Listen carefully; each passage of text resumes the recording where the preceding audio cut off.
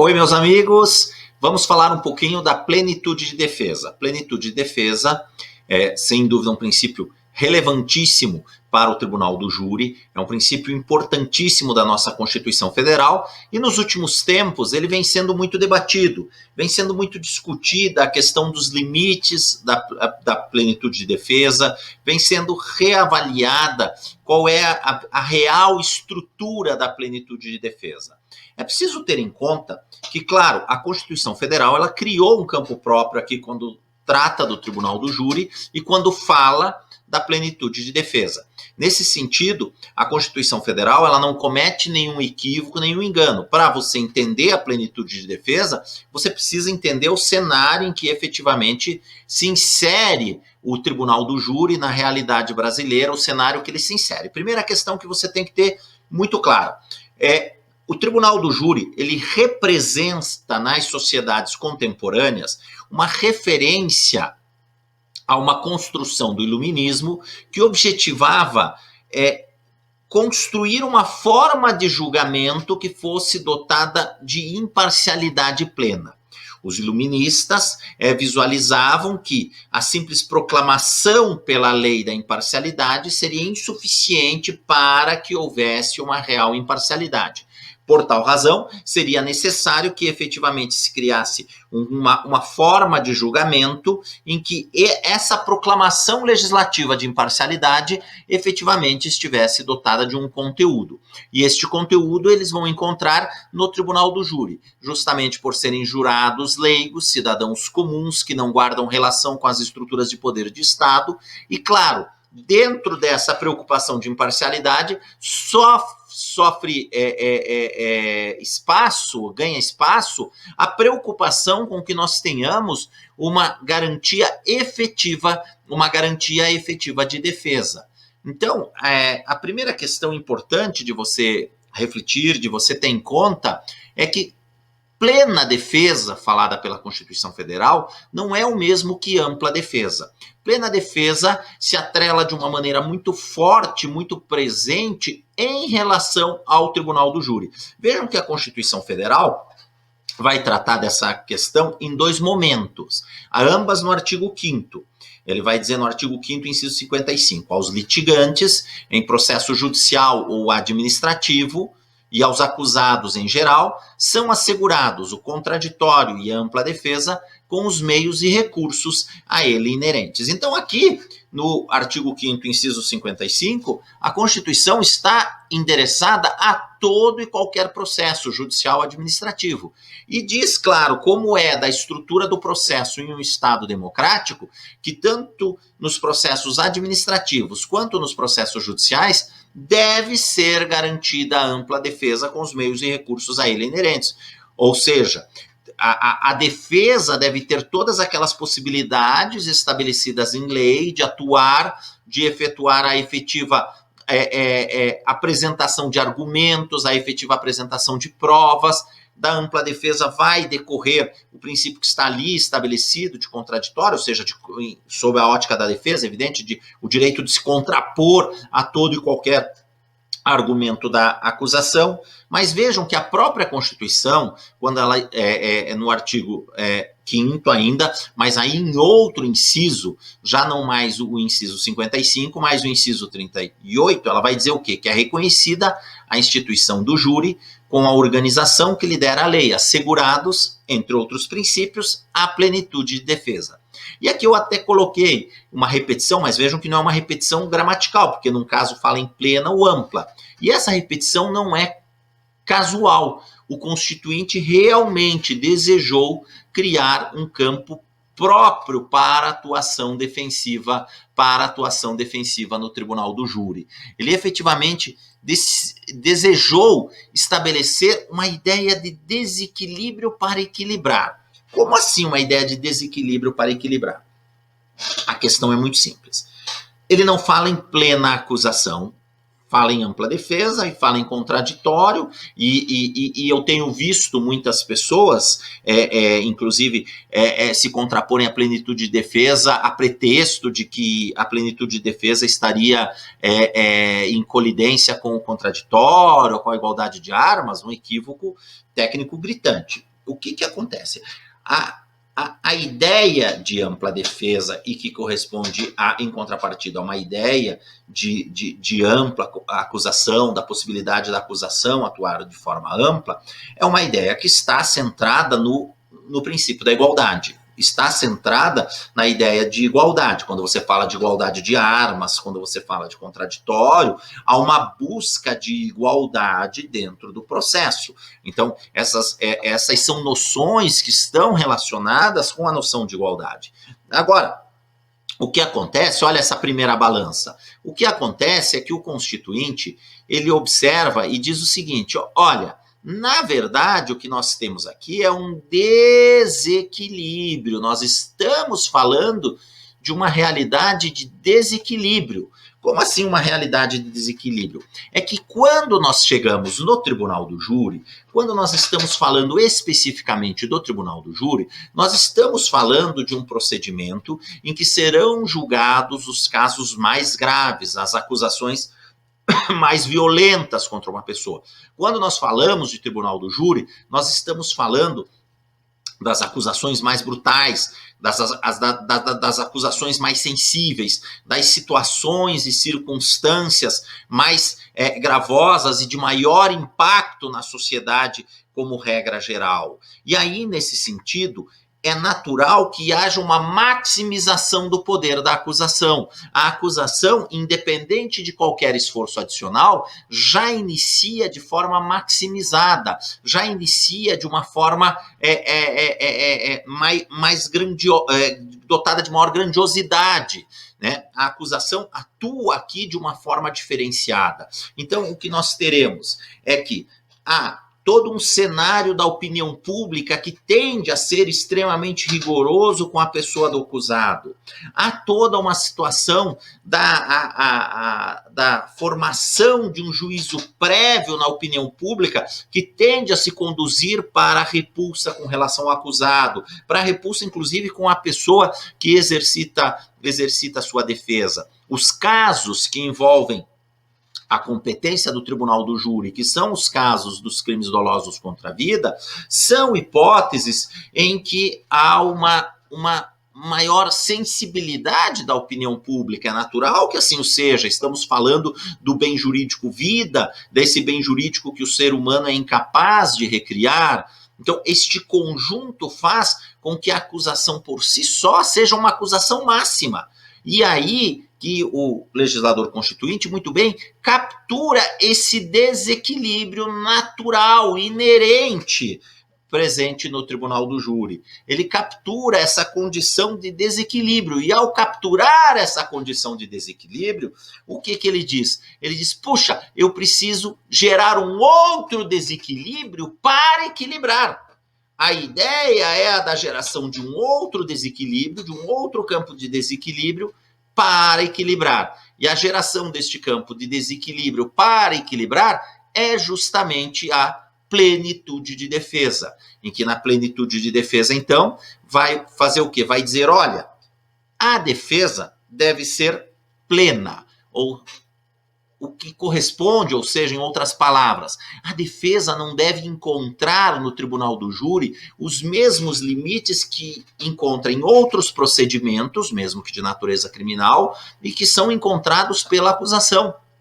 Aqui a defesa deve ser garantida de uma forma maior, com possibilidades de atuação menos reduzidas, com limitativos da legislação não presentes, com outras possibilidades de atuação. E justamente isso é realizado para que então haja um equilíbrio, para que então se estabeleça um equilíbrio. Por isso que a plenitude de defesa traz algumas importantes consequências para o cenário processual. A primeira dessas consequências é a maior amplitude retórica que passa a ter a defesa.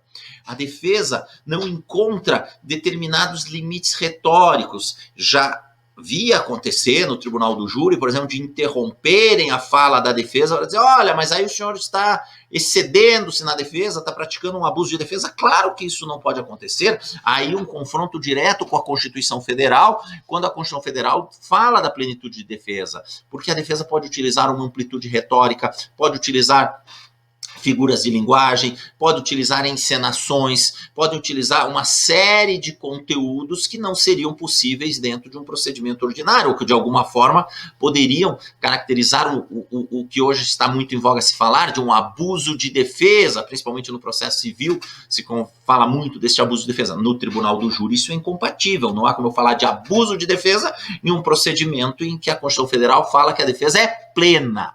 Portanto, essa possibilidade retórica ela é muito mais ampla. Há uma possibilidade de livre impedimentos das perguntas formuladas pela defesa. Ora, durante a inquirição das testemunhas, quer sejam testemunhas da acusação, quer sejam testemunhas da defesa, quer seja o próprio momento do interrogatório, deve-se ter em conta que, como há uma maior amplitude retórica da defesa, e essa amplitude retórica não é conhecida pelo juiz, não é conhecida pelo representante da acusação, até que a defesa efetivamente atue e faça a sua sustentação oral, qualquer tipo de impedimento de pergunta, o argumento de que não guarda relação com o caso, de que a pergunta é impertinente, de que a pergunta não tem conexão com os fatos, tende a se caracterizar como um impedimento abusivo do exercício da defesa, justamente porque, decorrência da maior amplitude retórica, está a maior possibilidade de perguntas. Se a defesa pode, dentro da amplitude retórica, utilizar não só argumentos jurídicos, mas utilizar também argumentos sentimentais, argumentos emocionais, argumentos de vida pregressa de todos os envolvidos no processo, pode utilizar argumentos de comportamento social de todos os envolvidos no processo, é evidente que no campo dos questionamentos formulados para as testemunhas, também essa amplitude retórica se manifesta, e aí o juiz efetivamente não tem as mesmas margens que teria no procedimento ordinário em que vigora somente a ampla defesa, para impedir a atuação dos questionamentos. Efetivamente, um questionamento ele só vai poder ser impedido se ele agredir um dos limites que existem para a plenitude de defesa, e já refiro que existem limites, e que nós já vamos verificar quais são. Vedação das interpretações limitativas da atuação defensiva. Então, não podem as interpretações no tribunal do júri serem as interpretações que diminuem a possibilidade de atuação de defesa. Até porque, ali, em último lugar, eu coloco como a hermenêutica habilitadora da defesa. Toda a interpretação do tribunal do júri, a partir da regra constitucional de plenitude de defesa, deve ser a hermenêutica que mais possibilite a atuação da defesa, que mais possibilidades de exercício defensivo efetivamente forneçam. E nesse sentido também, a estrutura judicial ela não pode atuar em benefício da acusação. Os funcionários do judiciário, como se funcionários do Ministério Público, por exemplo, fosse. Isso, claro, é uma forma de deslocar a estrutura do judiciário para a acusação, e como a defesa é que deve ser plena, isso acaba por agredir a defesa, pois amplia o desequilíbrio existente, o desequilíbrio que já foi detectado pelo legislador constitucional, como um desequilíbrio inerente ao procedimento especial do tribunal do júri, e razão justamente dele falar e dele estabelecer a plenitude de defesa e conferir a importância que confere a plenitude de defesa no artigo 5º da Constituição Federal. Agora, cuidado, isso são apenas algumas das consequências, não são todas. E muito importante o que te falo, dizer que uma defesa é plena no tribunal do júri, dizer que tem essas consequências importantes, dizer que há essa possibilidade hermenêutica elevada, não é o mesmo que dizer que não existem limites quando eu falo da plena defesa, da plenitude de defesa. Isso estaria equivocado. O que eu preciso ter claro é que quando eu falo dos limites infraconstitucionais, isso são aplicados aos procedimentos em que vigora a ampla defesa. Então, aqueles limites que não encontram bases diretas na Constituição Federal, que são simplesmente regras estabelecidas em legislação infraconstitucional. Esses são limites que são imponíveis à previsão da ampla defesa, então vai se impor tanto a defesa quanto a acusação dentro deste equilíbrio normal. Agora, quando eu falo do inusual, que é o procedimento especial do Tribunal do Júri, em que a defesa é plena, somente existem os limites constitucionais. E, claro, como existem esses limites constitucionais, existem limites. Portanto, não pode a defesa, a pretexto da plenitude de defesa, por exemplo, agredir a dignidade da pessoa humana, porque a dignidade da pessoa humana é um princípio vetor da Constituição Federal.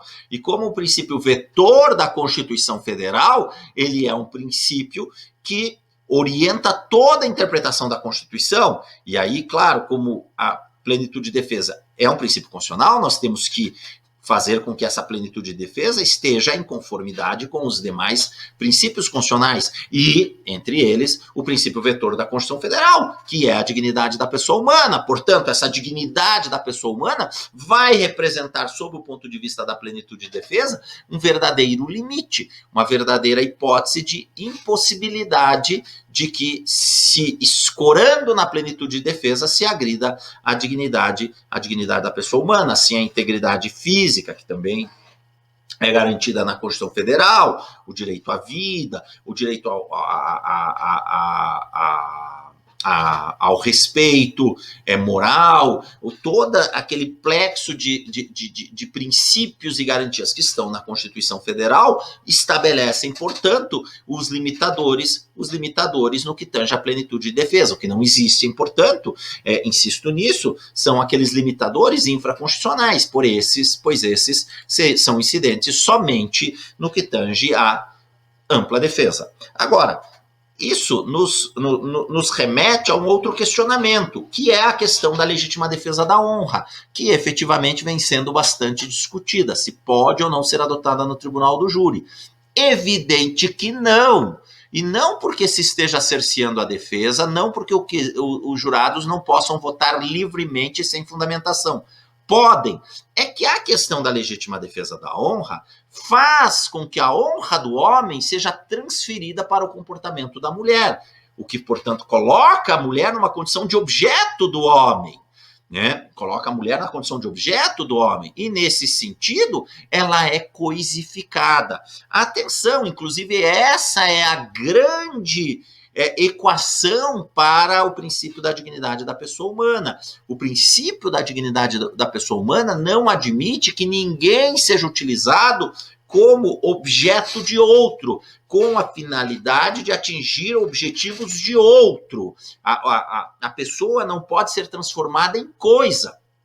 E quando a mulher, dentro da ideia do princípio da legítima defesa da honra, ela é utilizada como um objeto na medida em que o que se argumenta é que a honra daquele homem teria sido atingida por um comportamento da mulher, ou seja, destitui a mulher da sua condição de sujeito e a transforma em objeto. E daí ela foi cosificada. E daí nós temos uma agressão direta à dignidade da pessoa humana. E toda e qualquer forma de agressão direta à dignidade da pessoa humana, insisto, tudo aquilo que de alguma forma vai transformar o ser humano em objeto, vai fazer com que o ser humano seja objeto, independente das razões pelas quais, sejam razões de raça, gênero, cor, idade, etnia, independente disso, tudo aquilo que vai transformar o ser humano em objeto é algo que é agressivo da dignidade da pessoa humana. E como agressivo à dignidade da pessoa humana, não pode ser objeto de atuação defensiva, e aí a plenitude de defesa não ampara, e por isso a plenitude de defesa não ampara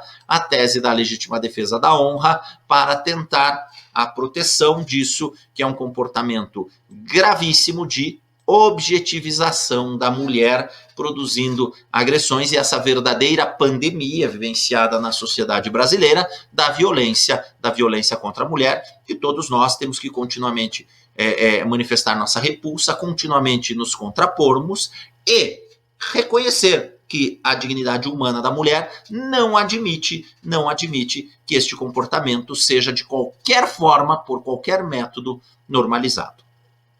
Espero que de alguma forma tenha sido útil. Um forte abraço.